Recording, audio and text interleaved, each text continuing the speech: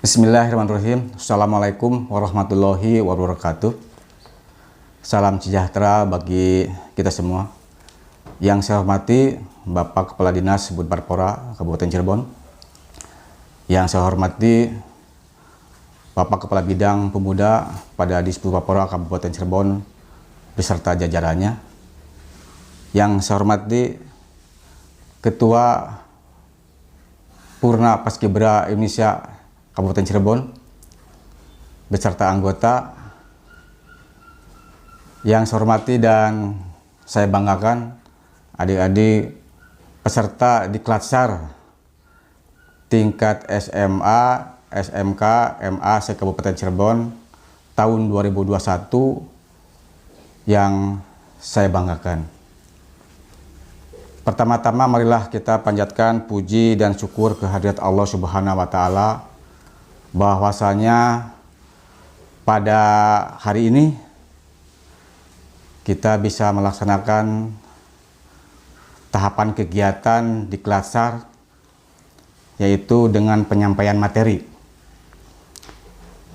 Perlu saya sampaikan bahwa kegiatan ini adalah kegiatan sebagai awal dari kegiatan praseleksi untuk Capaska tingkat Kabupaten Cirebon tahun 2021. Akan tetapi dengan kondisi seperti ini tentu ini adalah sebuah tantangan buat kita semua, bahwa pandemi yang sudah hampir 1 tahun ini menjadi hal yang memang perlu kita lawan, kita persiapkan secara mental bahwa dalam menghadapi pandemi ini tentunya kita harus mematuhi ketentuan dari pemerintah, yaitu dengan adanya prokes 3M.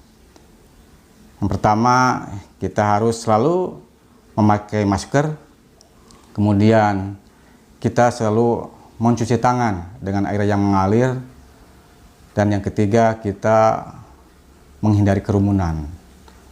Hal-hal ini tentu harus kita tetap patuhi untuk mengurangi kasus per kasus yang kian hari kian meningkat. Dan dengan adanya kegiatan ini saya berharap tidak mengurangi kualitas maupun tidak mengurangi semangat atau spirit dari adik-adik sekalian. Adik-adik yang saya hormati dan Bapak banggakan, sebelum menyampaikan beberapa hal yang tentu ini sangat penting, perkenalkan, nama saya Yayan Sopyan, jabatan Kasih Pengembangan Kepemimpinan bagi Pemuda pada Disbud Parpora Kabupaten Cirebon. Ya. Jadi kalau umumnya nanti adik-adik yang ikut di Klatsar ini masuk dalam data panitia sebagai embrio untuk dijadikan sebagai rekrutmen atau sebagai seleksi di tahap-tahap selanjutnya, tentu kalian akan selalu ketemu dengan saya. Ya, kalau umumnya dengan senior-senior kalian biasanya memanggil Akang atau Teteh, tetapi kalian nanti bisa panggil Pak Yayan aja lah gitu ya. Cukup dengan Pak Yayan, kita bisa lebih dekat lagi. Adik-adik yang saya banggakan, untuk mengenal lebih jauh lagi tentang Dispapora, jadi saya akan menguraikan struktur organisasi di Dispapora. Apa itu Dispapora? Dispapora adalah sebuah dinas yang menangani kegiatan kebudayaan, pariwisata, pemuda, dan olahraga. Jadi Dispapora adalah dinas kebudayaan, pariwisata, pemuda, dan olahraga. Di mana letak kantornya? Di Jalan Sunan Derajat nomor 9 Sumber. Ya. Kalian mungkin tahu ibu kota Kabupaten Cirebon adalah di Sumber, dan di Sumber itu adalah sebagai komplek perkantoran. Salah satunya adalah Dispapora. Kemudian Dispapora dikepalai oleh seorang kepala dinas, ya, itu setingkat eselon 2. Kemudian ada sekretaris. Sekretaris adalah eselon 3A. Dan di bawah sekretaris ada kepala subbagian. Yang pertama Kasubag Program atau Kasubag PEP, ya, perencanaan, evaluasi, dan perencanaan, ya, EPP, ya. Kemudian ada Kasubag Keuangan. Tuh. Kemudian juga ada Kasubag Umum yang biasa menangani semua urusan tata usaha di dinas. Itu yang di bawah sekretaris itu ada 3 Kasubag. Kemudian Dinas Budbapora terdiri dari 4 bidang. Ya. Yang pertama bidang kebudayaan, bidang pariwisata, bidang pemuda, dan bidang olahraga.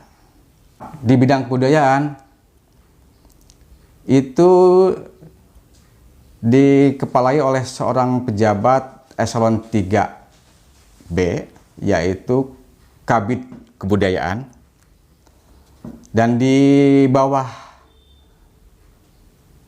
Kabid Kebudayaan ada 2 seksi, yaitu Kasih Museum Kepurbakalaan dan Sejarah Nilai-nilai budaya.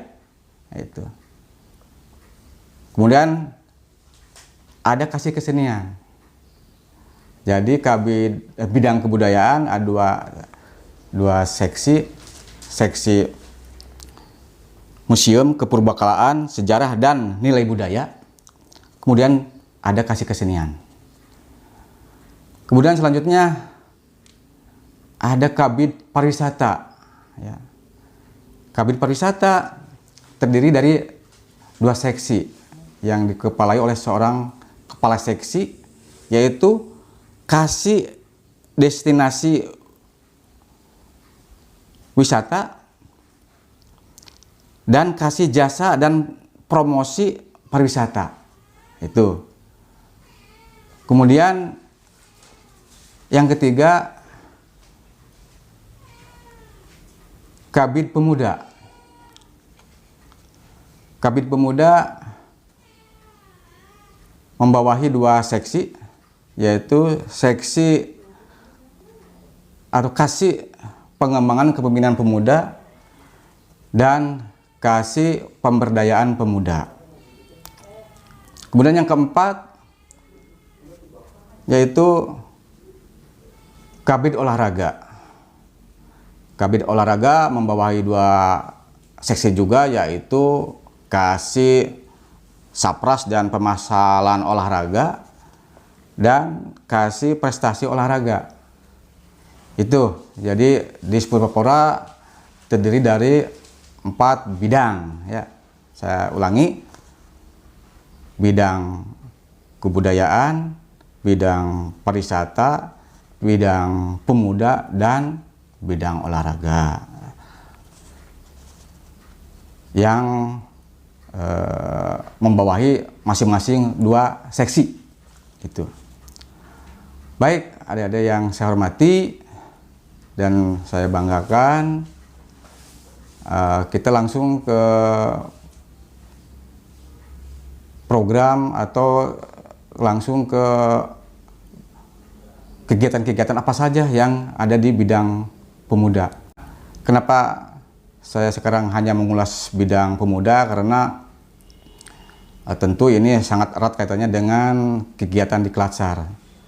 Diklat-SAR sebagai kegiatan embrio dari tahapan-tahapan selanjutnya itu yang menjadi panitia teknisnya adalah kakak-kakak kalian, kang-kang kalian, yaitu dari PPI.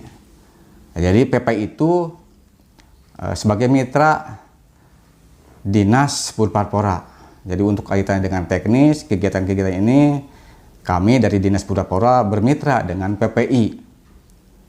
Dan tentunya mitra di Purparpora itu tidak hanya PPI sebagai OKP, juga ada KNPI sebagai Induk Pemuda, kemudian juga ada komunitas para pemuda yang tentunya pemuda-pemuda yang sesuai dengan Undang-Undang Kepemudaan Nomor 40 Tahun 2009.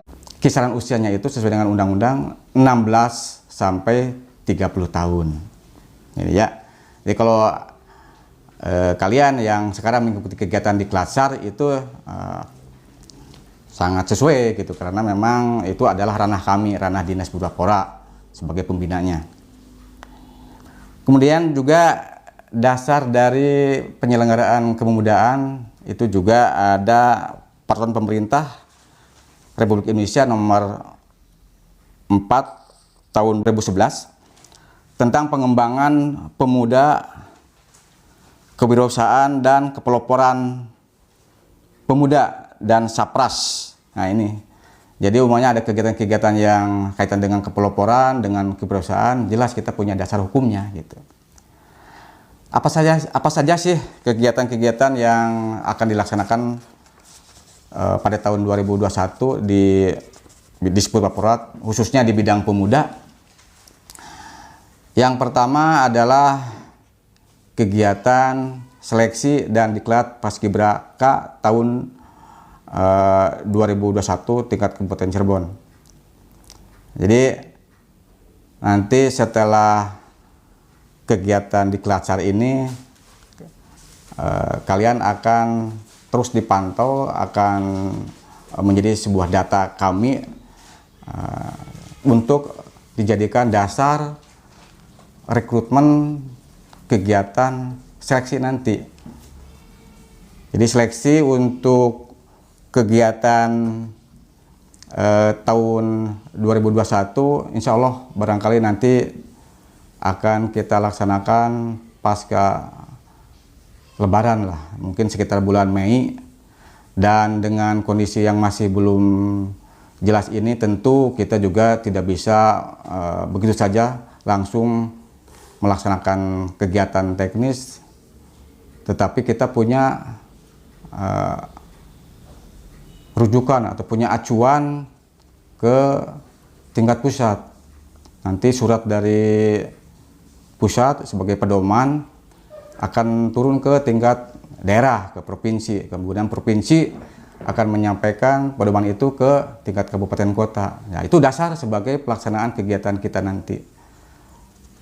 Jadi kita tunggu saja dan mudah-mudahan ya, pandemi segera berakhir, kita bisa melaksanakan kegiatan secara normal kembali gitu. Ini sebuah keprihatinan lah buat kita semua, khususnya Kabupaten Cirebon yang tentu kita butuh pasukan lah untuk nanti menjadi petugas pada saat pengibaran bendera merah putih pada tanggal 17 Agustus tahun 2021. Jadi adik-adik yang sekarang mengikuti kegiatan Diklat-SAR, saya berharap tetap semangat ya, sehat, jaga imunitas, sehingga nanti kita bisa mengikuti tahapan-tahapan kegiatan selanjutnya. Kemudian perlu saya sampaikan bahwa nanti setelah kegiatan di Klatsar ini, kemudian nanti insya Allah akan digelar seleksi. Nanti kita akan punya data dari sekian calon itu untuk menjadi 40 pasukan. 40 pasukan itu nanti kita akan lakukan pemusatan pendidikan dan latihan selama 25 pertemuan. Jadi nanti pada saat seleksi kita sudah punya 40 capaska ya, calon paskibraka tingkat Kebun Cirebon. Dinas dan kakak-kakak kalian yang di PPI akan melaksanakan latihan,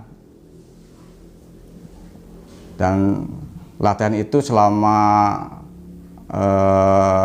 belum masuk ke tahapan pemusatan pengasramaan, kalian bisa pulang pergi lah gitu. Jadi nanti pada saat kegiatan itu kalian akan betul-betul diajarkan bagaimana cara baris berbaris, kemudian juga kalian siap dengan fisik lah gitu ya. Karena kami dan teman-teman dari PPI itu pengen pasukan itu betul-betul pasukan yang memang siap secara mental dan fisik tentunya. Makanya tidak main-main lah, kita tidak ada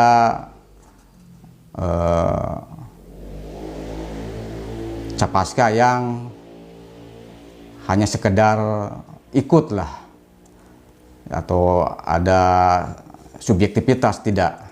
Kami betul-betul untuk rekrutmen itu secara objektif dan sesuai dengan ketentuan dan sesuai kriteria yang dibuat oleh Dinas dan PPI. Nah, kemudian pada tahap berikutnya setelah kita melaksanakan diklat selama 25 pertemuan itu nanti ada tahapan yang namanya pengasramaan. Jadi kalian nanti selama 10 hari ada pemusatan di sebuah tempat lah atau hotel, kita karantina lah. Jadi kalian tidak bisa seperti biasa pulang pergi gitu ya. Jadi kalian betul-betul fokus untuk menghadapi berbagai materi kegiatan yang kaitannya dengan pelatihan ini gitu. Dan selama 10 hari itu kalian juga dikasih materi, dikasih pembinaan, mulai dari Pak Sekretaris Daerah, ya, kemudian juga nanti juga ada dari Polres, dari unsur Kodim, Arhanud, dan lain-lain. Jadi betul-betul kalian itu selama 10 hari itu digembleng lah gitu ya, untuk menjadi sebuah paskibra yang betul-betul siap nanti pada saat bertugas di tanggal 17 Agustus nanti itu sebagai tahapan yang tentu ini sangat menentukan ya, karena tidak sedikit umumnya setelah 10 hari itu ya ada yang sakit gimana, tetapi kita selalu memantau perkembangan capaska gitu. Jadi kalau umumnya tidak siap atau fisiknya lemah, tinggal ngomong aja ke kakak-kakak kalian bahwa kita atau saya tidak bisa melanjutkan. Jadi nanti kita ada capaska cadangan gitu, jadi yang akan mengganti kalian. Tetapi Jangan nanti sudah masuk ke tahap di pengasramaan gitu. Jadi saya berharap kalian sudah betul-betul siap secara mental gitu. Nah, kemudian setelah kalian melaksanakan tugas pengibaran dan penurunan Sang Merah Putih pada tanggal 17 Agustus, kita juga akan memberikan semacam reward lah, apresiasi ya, sebagai bentuk penghargaan kepada adik-adik Paskibraka tingkat Kabupaten Cirebon. Biasanya kita ada kegiatan yang namanya study tour lah. Mudah-mudahan tahun sekarang sudah mulai normal, jadi kita bisa kembali melaksanakan kegiatan study tour yang tentu tahun kemarin ini adalah kegiatan yang atau tahun yang memprihatinkan karena kegiatannya dibuat secara minimalis ya, sesuai dengan ketentuan dari pusat gitu. Jadi tidak ada lagi yang namanya study tour gitu. Kemudian yang selanjutnya ada yang saya banggakan, kegiatan di bidang pemuda, ada kegiatan yang namanya pelatihan kewirausahaan. Ya, jadi pelatihan kewirausahaan ini diperuntukkan bagi para pemuda yang usia 16 sampai 30 tahun dan dia punya embrio lah, punya keinginan untuk berwirausaha. Nah, biasanya mereka yang sudah punya usaha secara dasar dulu lah gitulah. Jadi perlu ada semacam treatment dari dinas agar mereka bisa berkembang dalam berwirausaha-usahanya. Dan kita juga menghadirkan beberapa narasumber, baik itu dari praktisinya maupun dari motivator gitu. Kemudian juga ada kegiatan bimbingan mental dan spiritual bagi pemuda. Nah, itu juga kegiatan yang ada di bidang pemuda yang sasarannya adalah para pemuda yang memang sedikit rawan dari lingkungan lah. Biasanya ada daerah-daerah yang banyak mengalami penyimpangan sosial gitu. Nah, kita juga perlu melakukan kegiatan seperti itu. Kemudian juga ada seleksi pemuda pelopor. Nah, ini menarik, ini kegiatan ini kita sudah berlangsung beberapa tahun.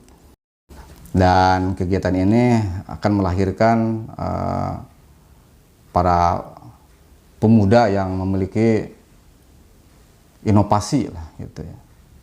Jadi pemuda pelopor itu pemuda yang memiliki keinginan untuk membuat sebuah inovasi ya. Kemudian karyanya itu memang betul-betul original. Dan sudah berjalan minimal 2 tahun lah. Jadi kalau kalian punya sebuah karya inovasi original, jadi kalian nanti bisa mengikuti kegiatan pemuda pelopor. Jadi silakan nanti kalian ikut daftar lah, ikut daftar ke Disbabapora. Nah, itu apa saja sih bidang kepeloporannya? Nah, ada bidang pendidikan, bidang pangan, bidang sosial budaya, bidang sumber daya alam, dan bidang inovasi teknologi. Itu ya. Jadi kalian yang punya karya yang memang ini hal yang baru, silakan ikut kegiatan itu. Jadi nanti kegiatan ini akan ada tahapan ke tingkat kabupaten, tingkat provinsi maupun ke pusat. Jadi kalau nanti kalian terpilih menjadi juara pemuda pelopor di tingkat kabupaten, kalian juga bisa diikut sertakan di tingkat provinsi. Nah, umpamanya di tingkat provinsi diikutkan lagi atau dilombakan lagi ya, dan juara umpamanya. Karena di tingkat provinsi tentu pesertanya atau pesaingnya cukup berat juga gitu, beda dengan di tingkat kabupaten. Itu kan dari berbagai kabupaten kota gitu ikut bersaing gitu menjadi juara.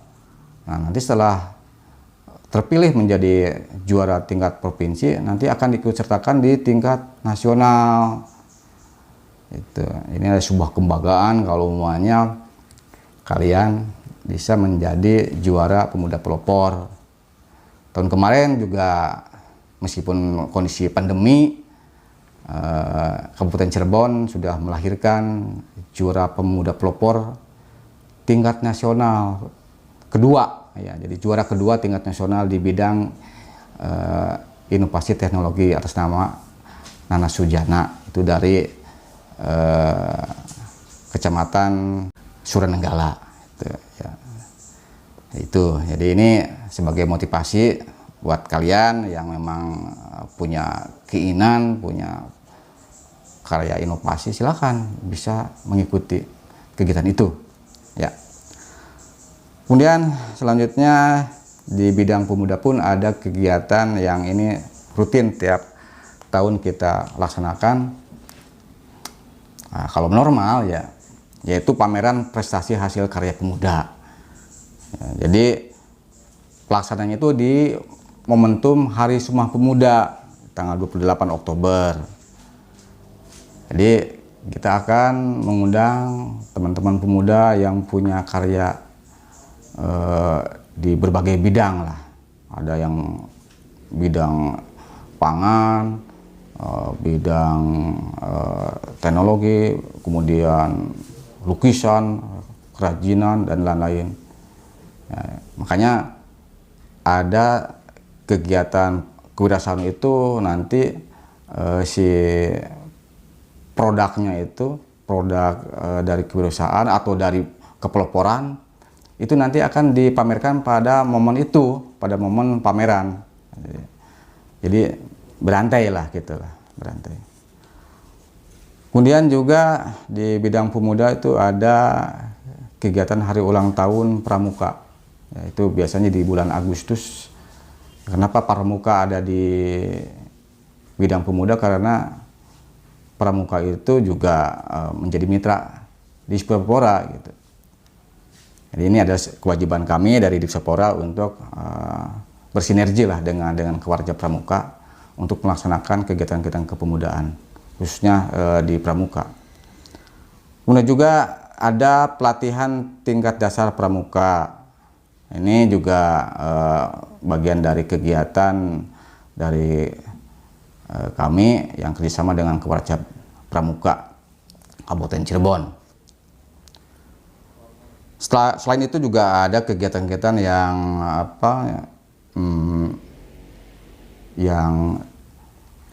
berasal dari anggaran perubahan, ya, dari ABT.